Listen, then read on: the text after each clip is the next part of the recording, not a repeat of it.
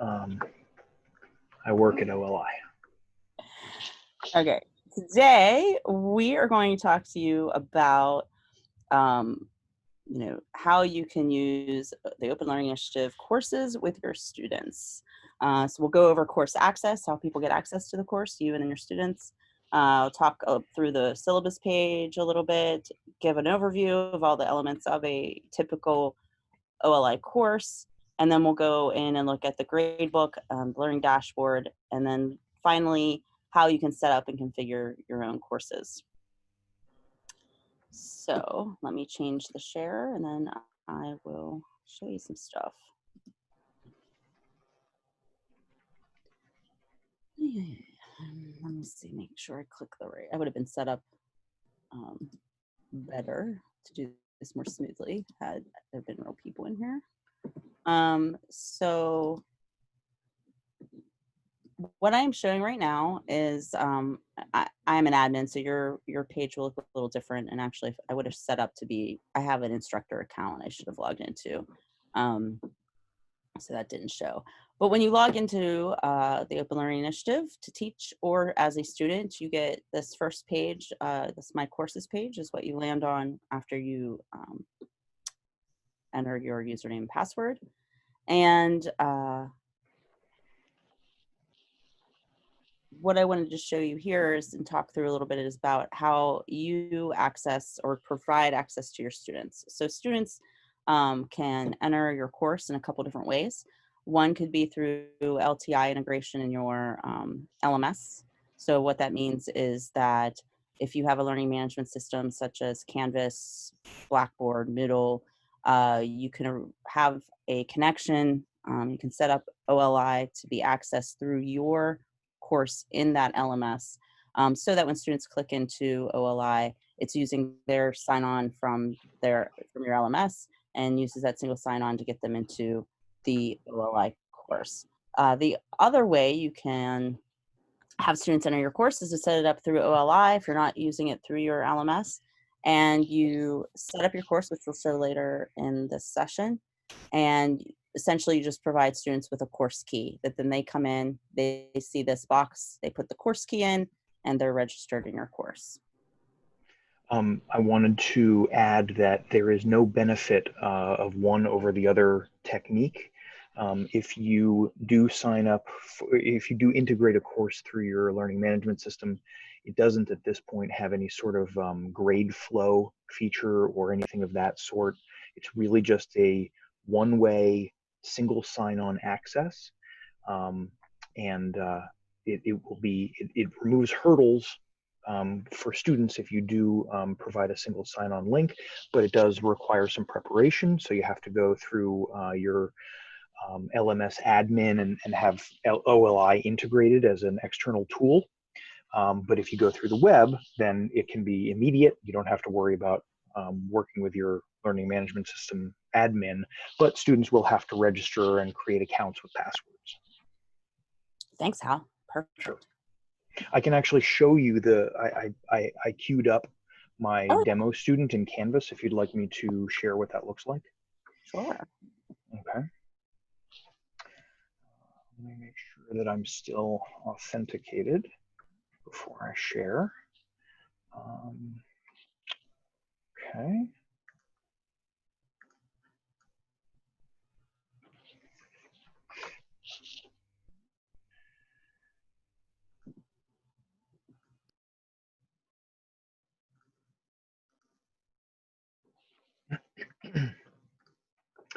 Okay, so I've signed into Carnegie Mellon's Canvas instance as a student here, and I'm in my, let's see, if you look at all of your courses, I'll enter my sandbox course, where one of the elements in the menu is modules. And modules is where the link for OLI would be placed by an instructor. And when you click it, it will open up a new, it will refresh and tell you that this has to load in a new window. This is to help with browser security settings that don't like when things load in an iframe. So we open it up in a new tab, and now I'm in as a student. So in this case, it's a course where I elected a grace period and have not yet paid. So it's reminding me that my payment is going to be due in a few days. I can jump straight to the syllabus. I can jump to the last point in the course where I was active, which would be resuming where I left off. I can run a system check if I need to, which is really just a document of what the technical requirements are. And I can jump to the My Scores page directly if I need to. So that's it. Once you once you enter the course, the look and feel is the same for users, regardless of whether they enter through their LMS single sign-on or whether they sign in on the website. Right. So, however they get into the course, once they click into their course, which their courses would be listed here. I have a number of courses, of course, but most of the students probably be the first time they're doing an OLI course, so it'd be the only thing in their list. But when you click into it, whoops, where did it go? Oh, sorry. I now have to, I thought I had it open, but I don't.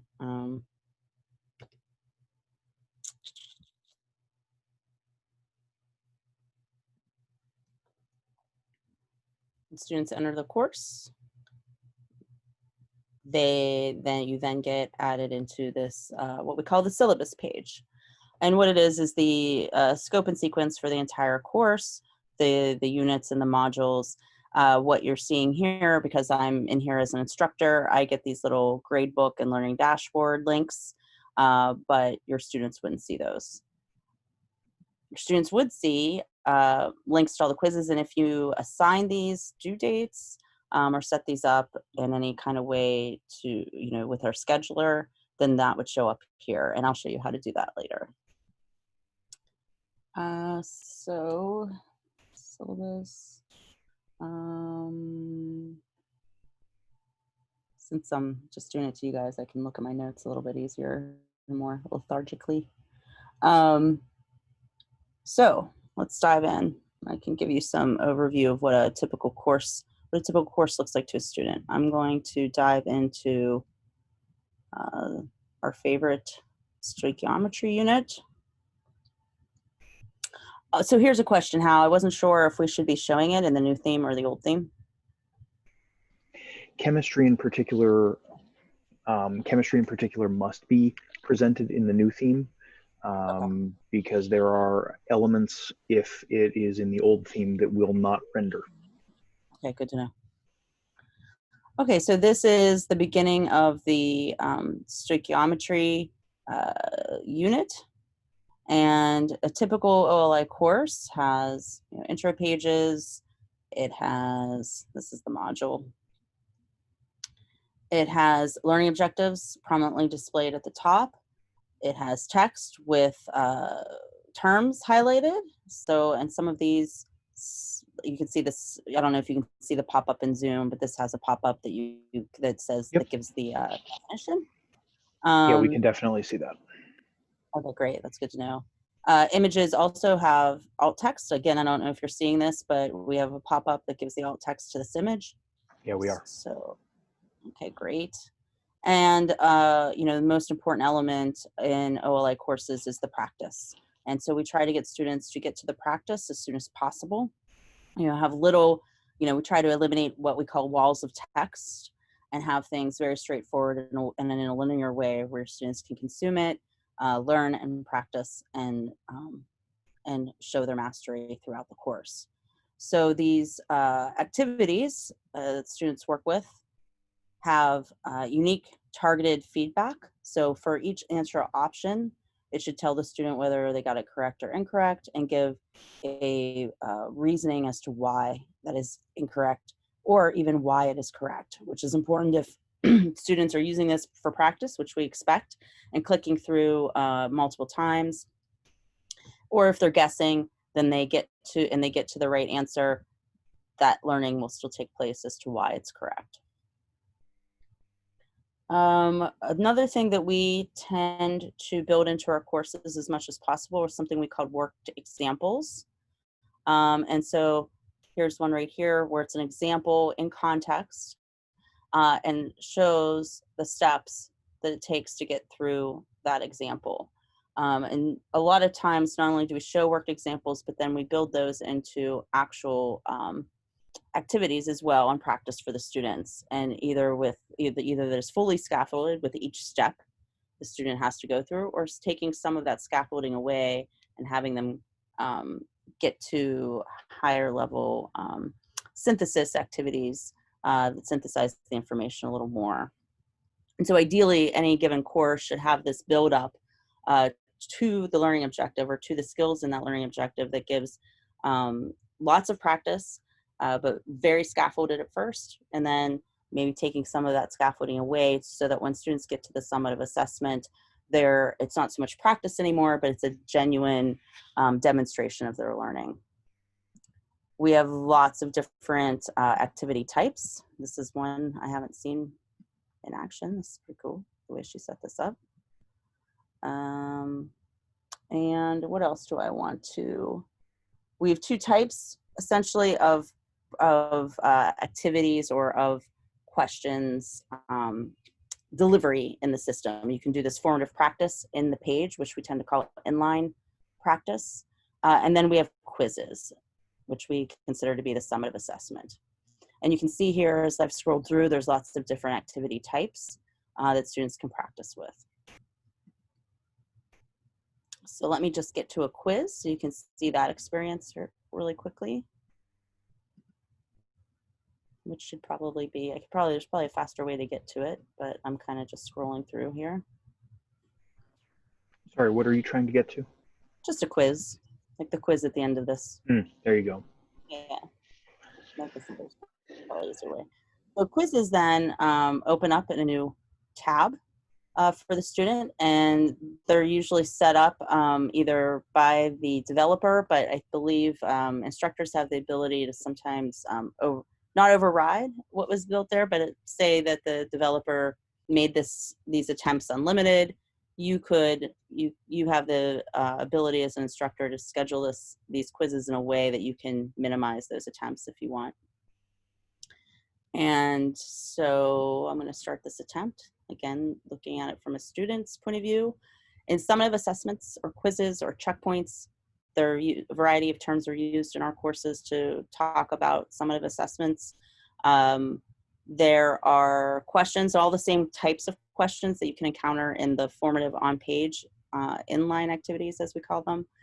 The difference is that you can assign points, or points are assigned in our summative assessments, and they report to the gradebook, which I'll show a little bit later.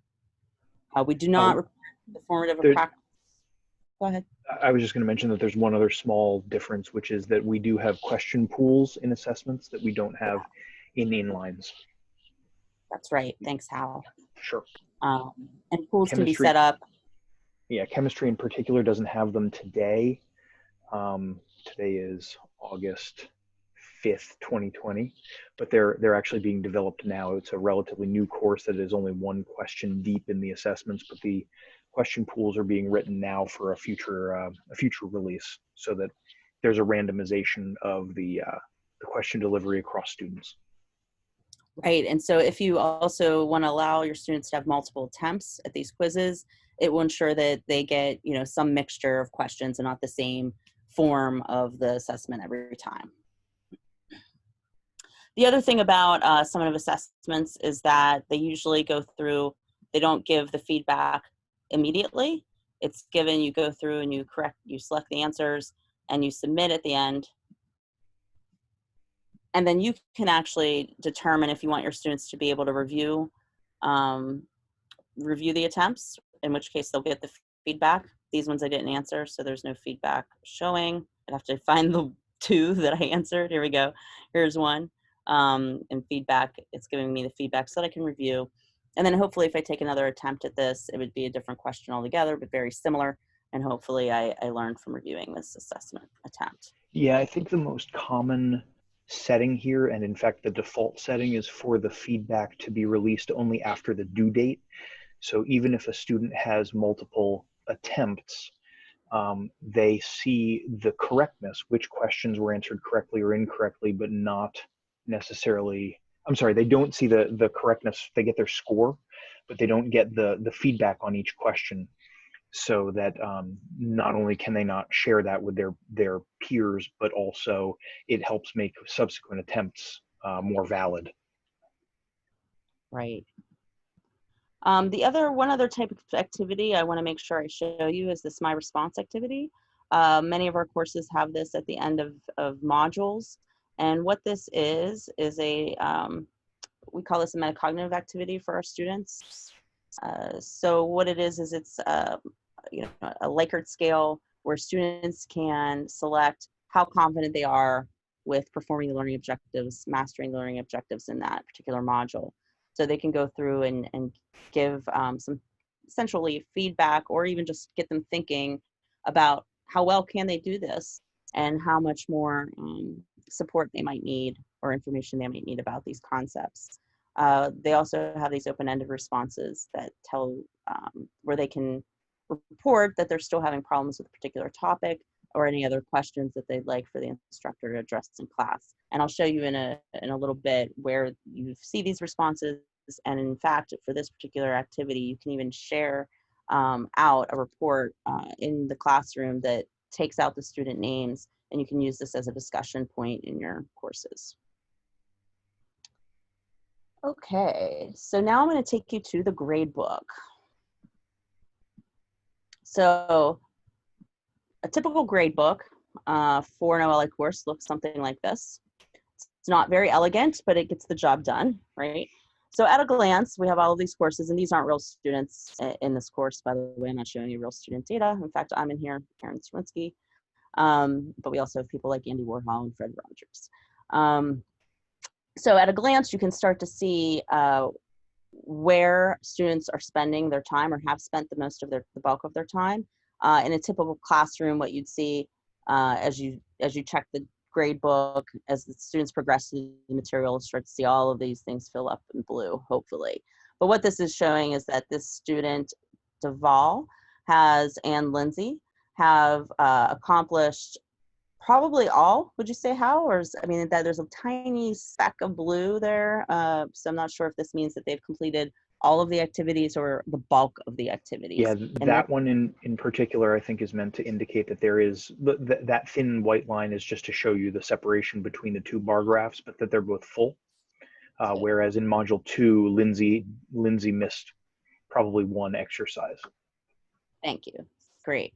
So it gives you a glance the participation in the formative activities, which is the in-page inline activities. To see scores on summative questions, you would have to expand the modules. Here I'm expanding module 2, 3, and 4 to show what assessments are in that module and what the student scores were against those. So you can see in module 2, properties of matter, Greg got an 83%. Good job, Greg. I did not do so well.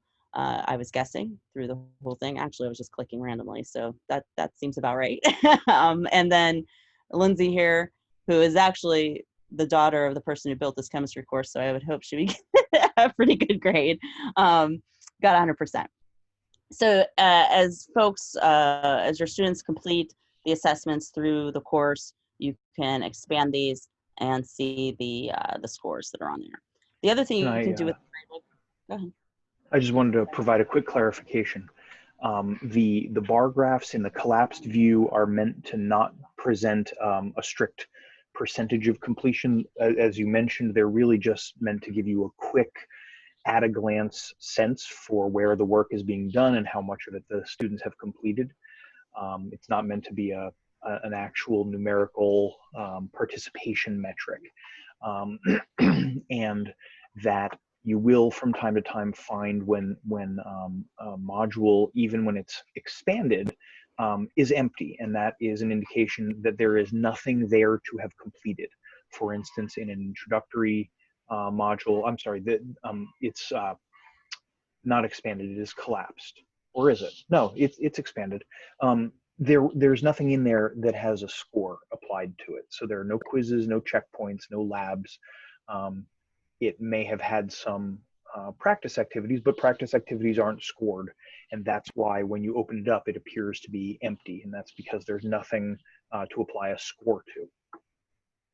Great, thanks for that clarification. So in module 7, which again is an introductory module, you can see there's nothing in there for students to even interact with, essentially. So some other things you can do with the gradebook, you can export the gradebook. And the way you do that is whatever you have expanded at the moment that you're looking at in your gradebook, that's what will be exported. So say I want to integrate these grades into my Canvas gradebook, and students are only have worked through modules 2 and 3 at the moment. I would expand those. I would collapse the ones I don't want, and then export, and it will give you an export of those grades that you can then import into your Canvas course. And we actually have a tool that allows the formatting of those imports and exports to be combined, so that when you import it into your Canvas course, it's better aligned with the format that's needed for that. Let's see. I think that's all I need to say about One other thing about the gradebook is these bar charts at the top underneath each of the assessments. Those can take you to a learning dashboard report. Aaron will demonstrate that in a little bit, but those will take you directly to the performance report for the class. And the links themselves will take you directly to those exercises in the course if you need to either jump to them for review, or if you need to change their settings, for instance, their scoring or their schedule. Right, and I opened one and I don't know if it popped up. If you can see it in Zoom, probably not. No, we can't see that. That's a new pop-up. In the future, if you share the screen rather than sharing the app, it will show you everything that pops up. Great, thanks. Yep. But I'm going to go there here in a minute anyway. So I think that's all. Any questions about the gradebook? Oh, one last thing is that you can, when the student name, the arrow next to the student name is clicked down, then what you have is a list of all of their multiple attempts, if there are any. You'll see the attempt line is the one that's shaded, and the score of record is the one that is elevated. So if there are multiple attempts, they will be on the lower line next to each other. So you may have, an 80, a 90, and a 100, and then whatever the score of record is would be at the top. And that might be different based on what you've selected as your setting. If you chose last attempt, then it would be whatever the last attempt was. But if it's highest and they got the highest on an attempt other than their last attempt, then that would be their final score. So it can be different if they earn different scores based on that setting. Right. When you click it, go ahead. No, go ahead, please. I was just going to say that when you click any of the scores, you get to jump in and see their individual answers. And the little clock icon that we see next to the 0% there is indicative of the student having begun it but not submitted it. So that's why it does not yet have a score. That might mean that it needs to either be, it is before the due date. See, it says work in progress. So it's possible that it's before the due date, but if it's past the due date, then what it needs to, it needs some sort of intervention from the instructor, either to accept it and have it scored by the system, or to reject it. Great. I didn't even know those details, actually, so that's great. Thanks, Hal. And the dash means that the student accessed the terms page but did not start. Interesting. So they clicked to that main page where they receive the information about how many attempts they get and whether there is a time limit and things of that nature, but did not click start attempt. Great. So is that the case is that just this bigger dash, or is it all these little? Exactly. No, it's the bigger dash. It's those. Yeah, exactly. Yeah. Okay, great. Yep. Thanks. Sure. But let me take you to the dashboard because that's where a lot of you will want to spend your time with your students. So give me a second. So this is a typical learning dashboard view for this one module, reaction stoichiometry. You can, if you want to look at, other modules, you can click through to them by using the arrows, or of course you can always go out to the syllabus page and just click directly to that module's learning dashboard. So what you're looking at here is showing all students. This is for all students in the course. It's an aggregate view of how their progress is, how their mastery is against those learning objectives that are covered in that particular module. And for any of these, you can expand. So let's expand one and see. So what this is saying, and it's showing that each of these dots here in this expanded view represents a student, and you can always drill in to get the students that are in that particular category.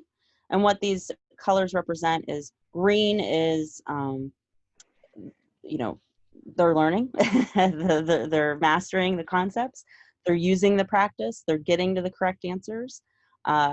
Yellow is usually those who are probably need more practice or maybe aren't getting the correct answers entirely, clicking through a bit, but still learning and making progress.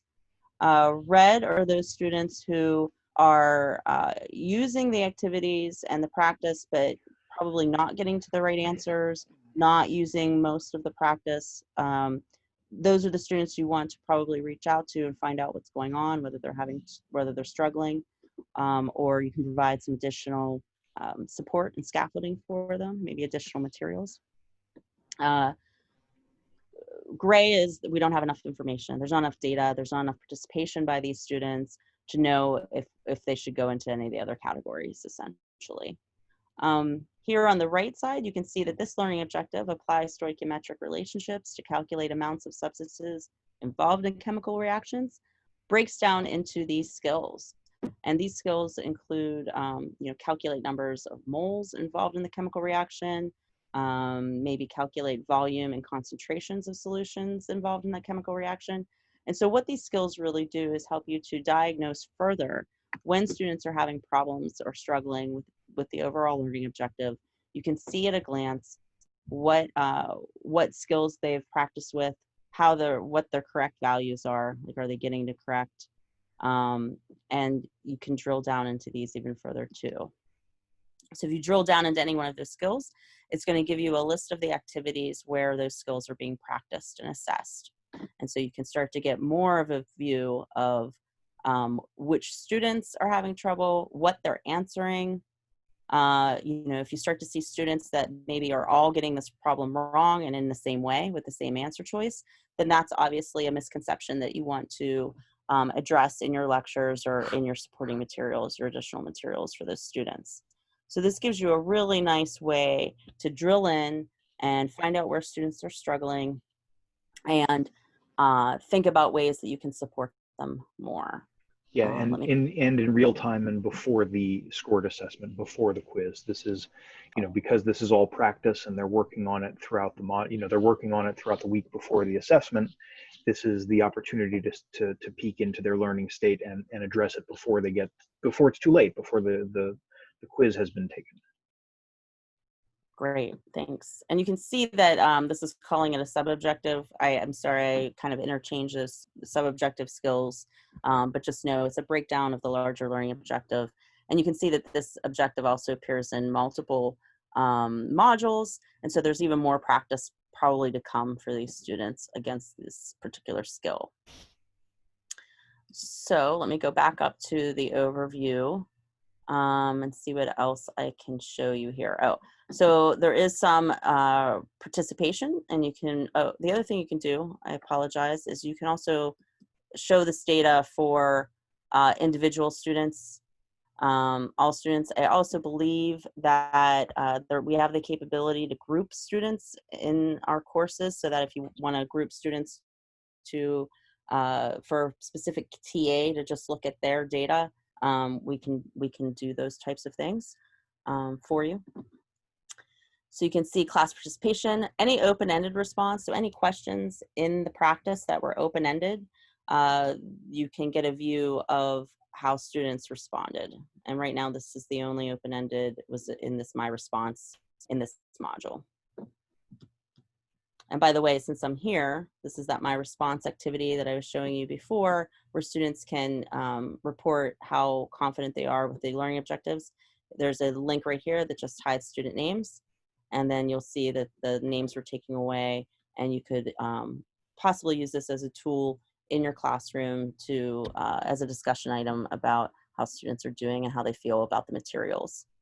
Or you can, and then you can see if you get the comments, and you get to know who actually wrote those comments if you don't hide the student names.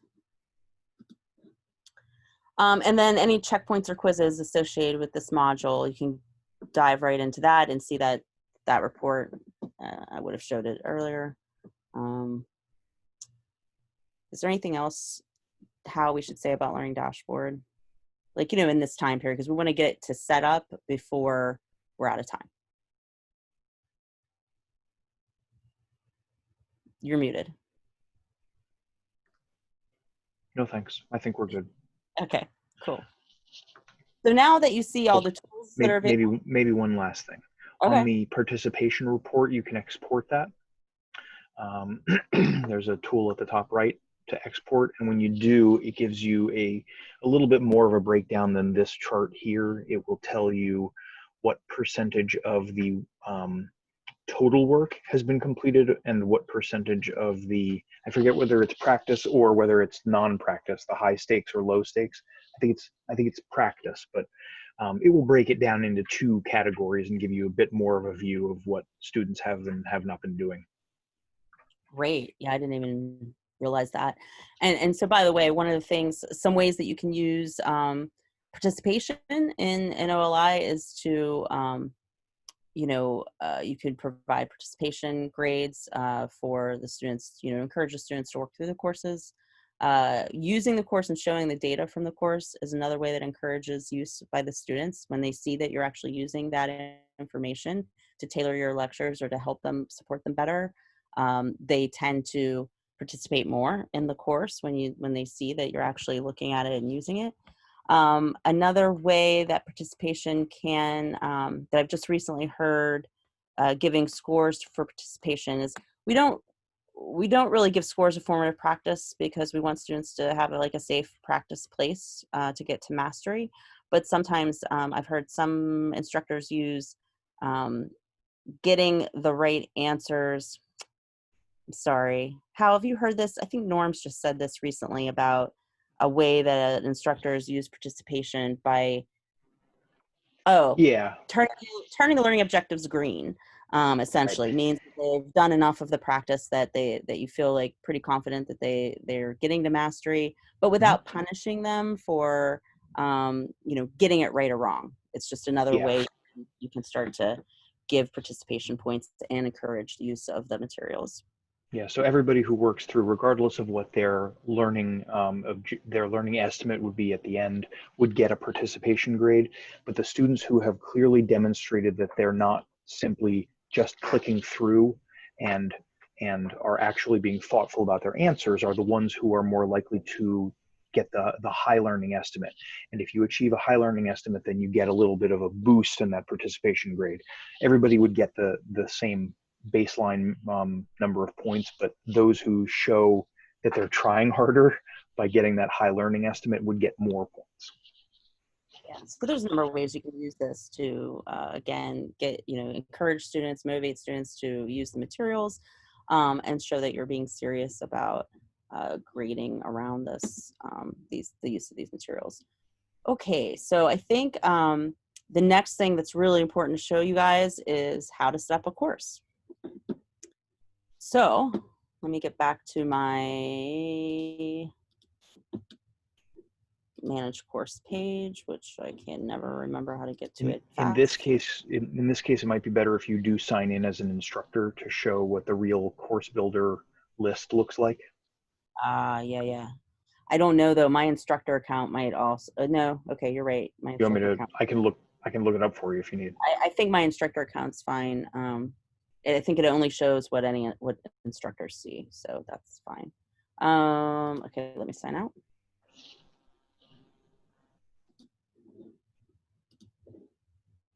So now I'm not signed in as an admin. I'm only signed in as an instructor. I mean, I still have a large amount of courses in my list, but what I want to show you is when you're in here and you're ready to set up a course for your students to work through, and this doesn't take very long at all, but I mean, of course, you want to do it ahead of time. You go in here, you log in, and you hit create new course. And what this takes you into is what we call the course builder. And simple mode versus advanced mode. Simple mode, what's your usual spiel on this, on the differences between these two? The everything that you can do in advanced mode, you can do after your course has been set up with simple mode. All the settings, all the scheduling, all of the selection of materials, that can all be done after the fact, except for two important things that you can only do if you use advanced mode, and that is omit material. So if there's anything in the sequence of a course that you don't want to include in the final product, you have to use advanced mode. You can't build it with simple mode and then remove it after the course already exists. The other thing is moving modules between units. So if there's something in Unit 13 that you prefer, or in Unit 3 that you prefer in Unit 4, you can't move it between units after the course has been built. But if you build your course today using simple mode, you can do everything else that advanced mode can accomplish during the process of updating your settings and configuring your course. Everything that's in advanced mode is also something that's available after the course has been configured. And we'll show you how to get to that. Yeah, 99% of the time, simple mode will get you what you need. Yeah, and I'm actually going to just use simple mode right now to demonstrate. So we click next, and then here's the place where you can select the course that you want to set up. If it's, psychology or chemistry or it'll give you the full list of available courses for you to set up. And sometimes this is faster than usual. So just give it a second to think and process. There we go. So you can see here's the full list of courses that are available to everyone. And what do you suggest? What's the best course to set up as an example? What's a quick one? A quick one would be argument diagramming. Okay, great.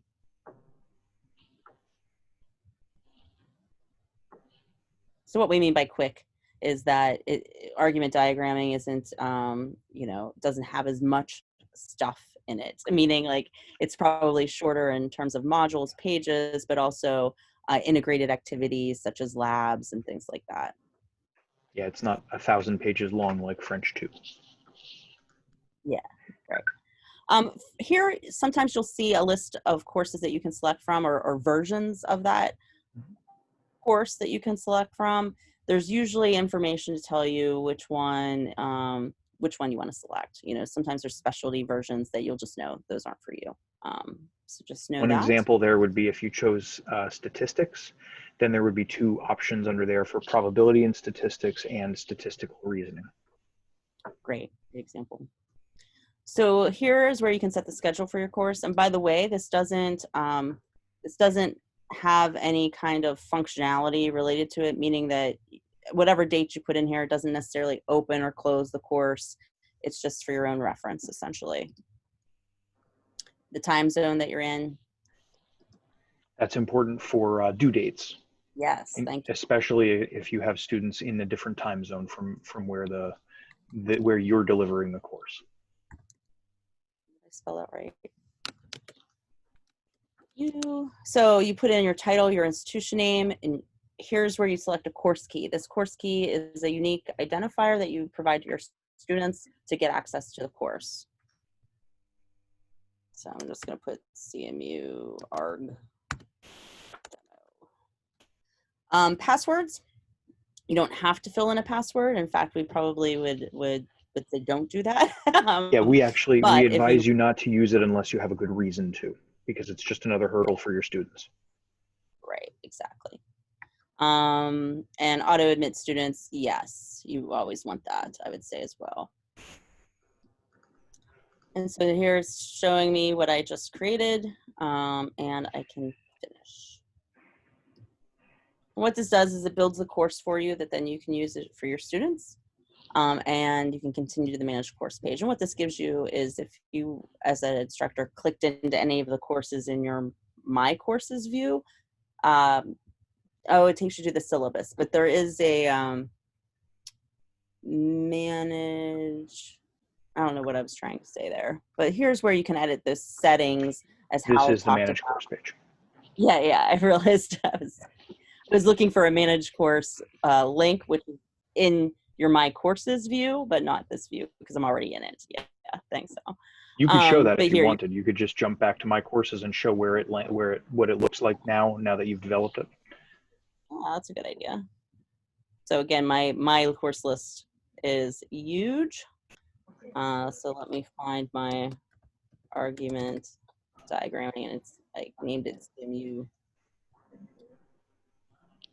Yeah, where's the next argument? Is that it? Yeah, Yeah. CMU arg demo. Right, so that's what it looks like. And that managed course link is how you get to the page you just came from.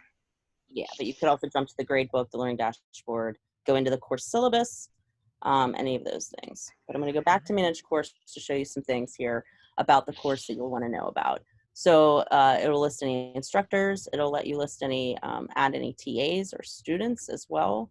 You yourself manually can do that. Prominently shows the course key. And you can go back to edit course settings. If you want to go back to this, the course builder view. And the reason you might want to do this is if you actually want to start scheduling your assignments and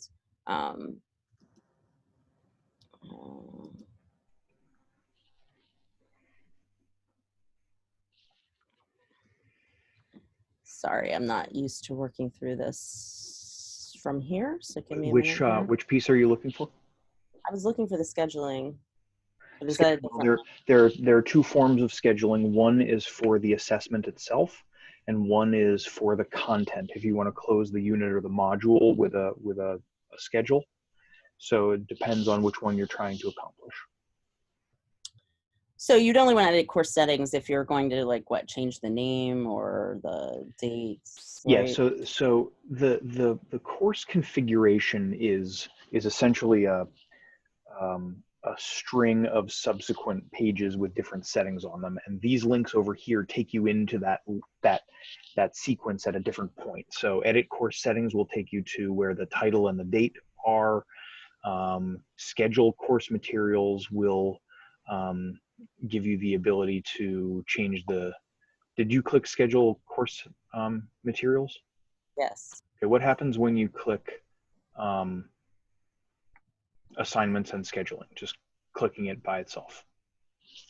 I tried that. It usually takes me where I know Okay, so that changes the start and end date, but you can click on select curriculum. If she click on update, I think it'd go to the next screen for scheduling. Yes, it would. That's right. Yeah. Well, yeah, that same sequence of pages. Right. But here on the next page is where you can, if you scroll down and click on update, on the next page, I believe, nope, I was wrong. Okay. I'm pretty sure that used to be a way you could get to that, and they must have changed that. Okay. But let me take you back to, we'll talk about the selecting content. Okay.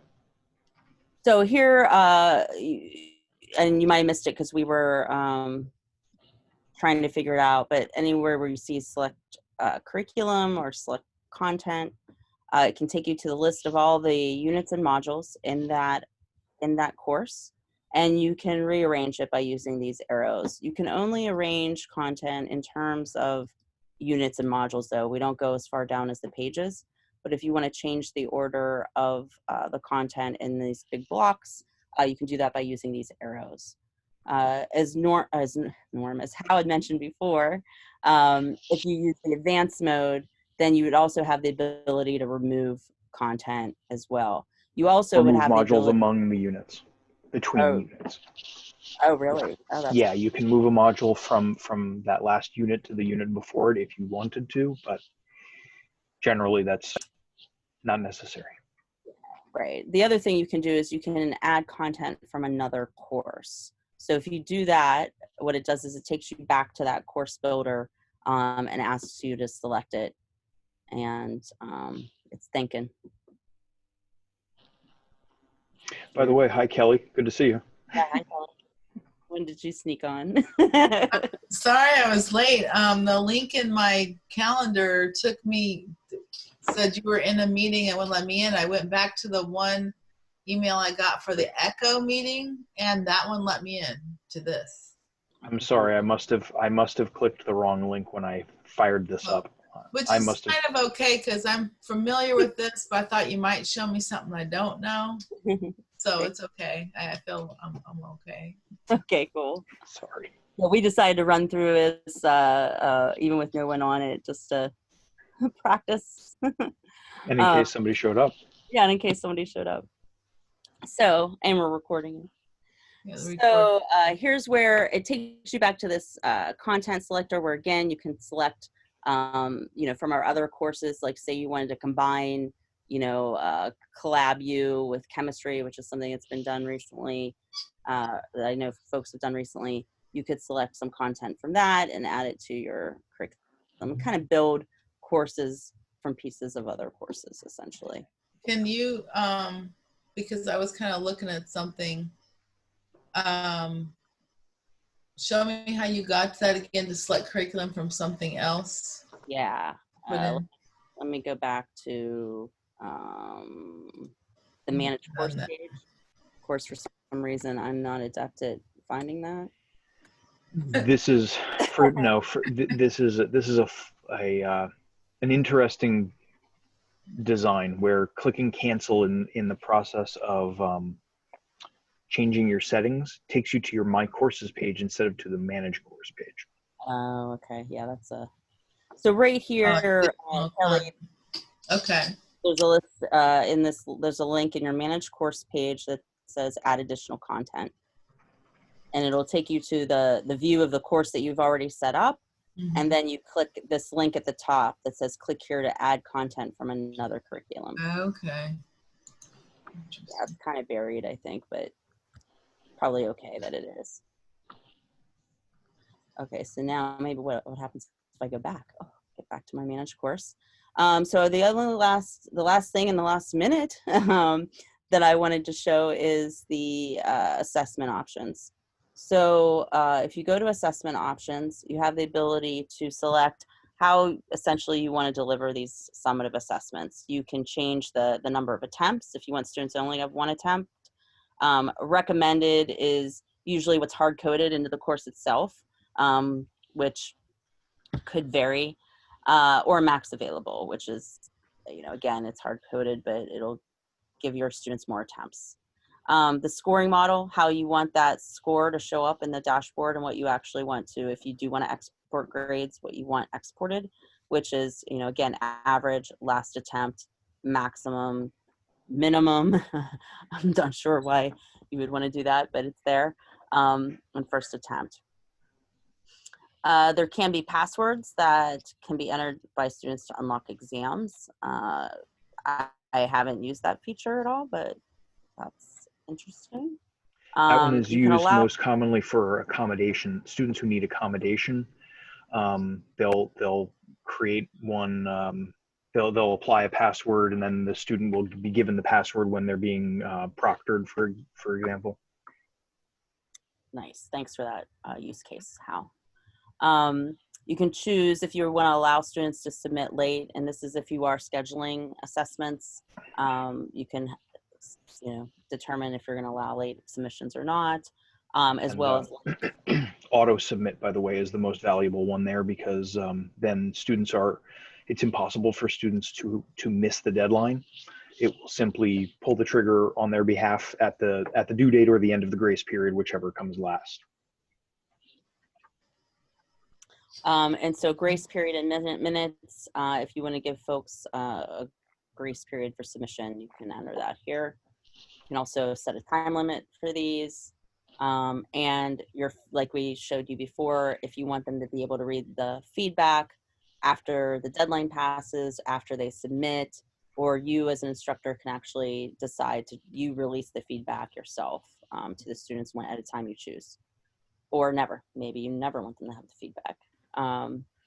And then if they're allowed to review their answers or not.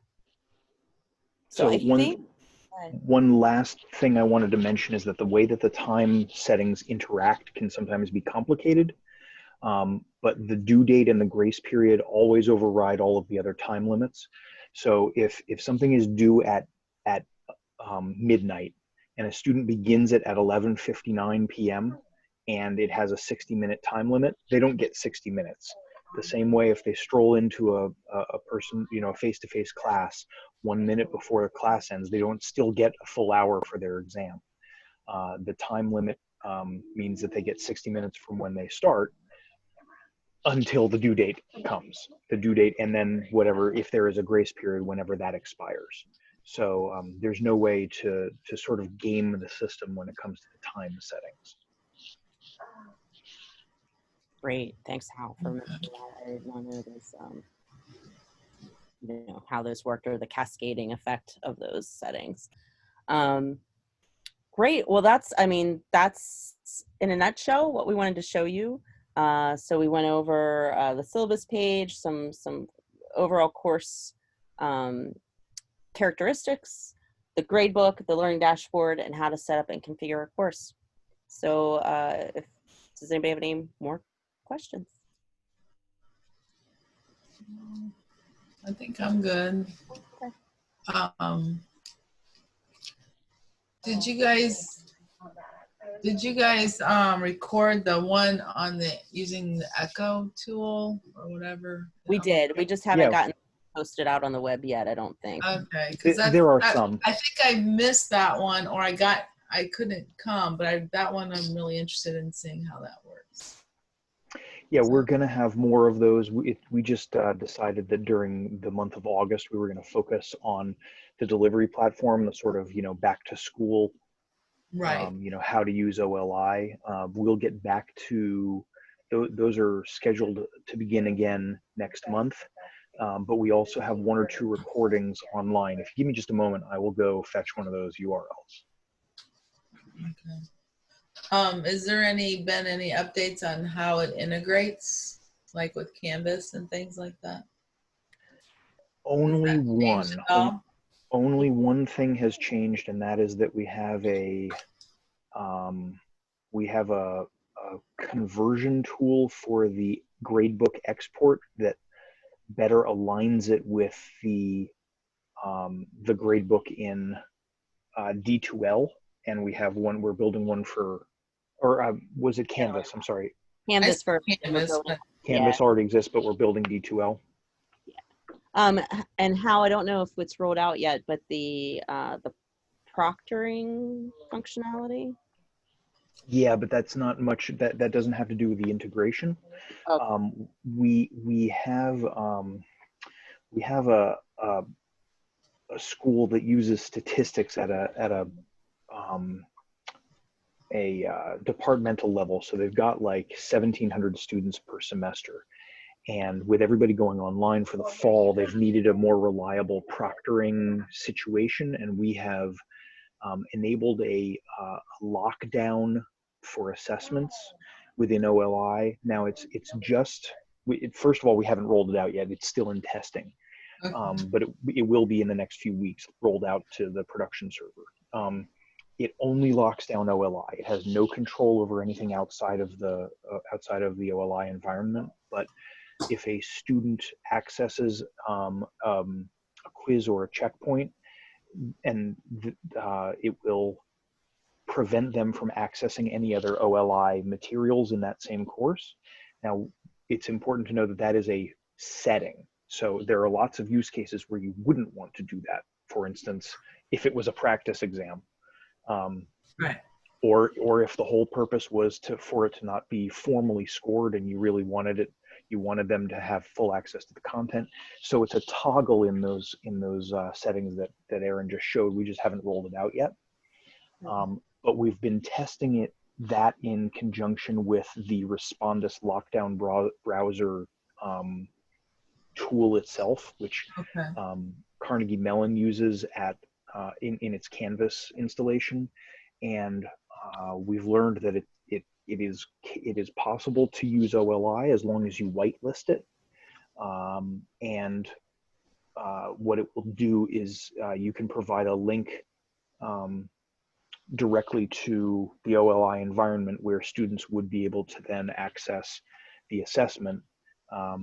So the problem there is that if they access OLI, then really what you're doing is you're locking down everything outside of OLI, and they would still be able to get into other OLI resources, which is why we have that internal lockdown.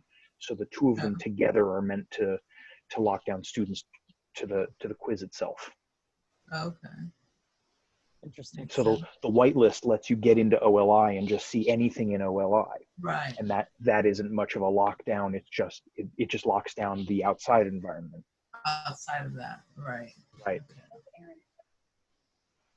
Okay. We're just waiting for how to grab that URL for you. Yeah, I'm trying to think of, last year was the first year integrated it all into Canvas, I think. Am I correct? It might have been, it's been available for a while. It might have been the first time you've used it that way. Well, wait, actually, we just went to Canvas last year, so that's why it was new to me. Okay. Sorry. Sorry. But yeah, so I guess my question is there anything new from last year that like my IT people would need to know, or nothing would have changed as far as how I... No, nothing should have changed. Okay. Kelly, you're at Bethune-Cookman, correct? Yes. Okay. Yeah. Okay, so here is the link to one of our Echo workshops. Okay, awesome.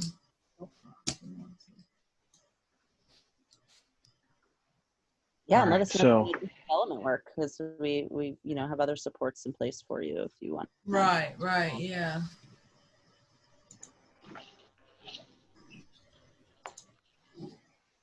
Perfect. Yeah, there's a lot of use at Bethune-Cookman, Kelly. There are, like, we had somebody who attended Learn Lab last week.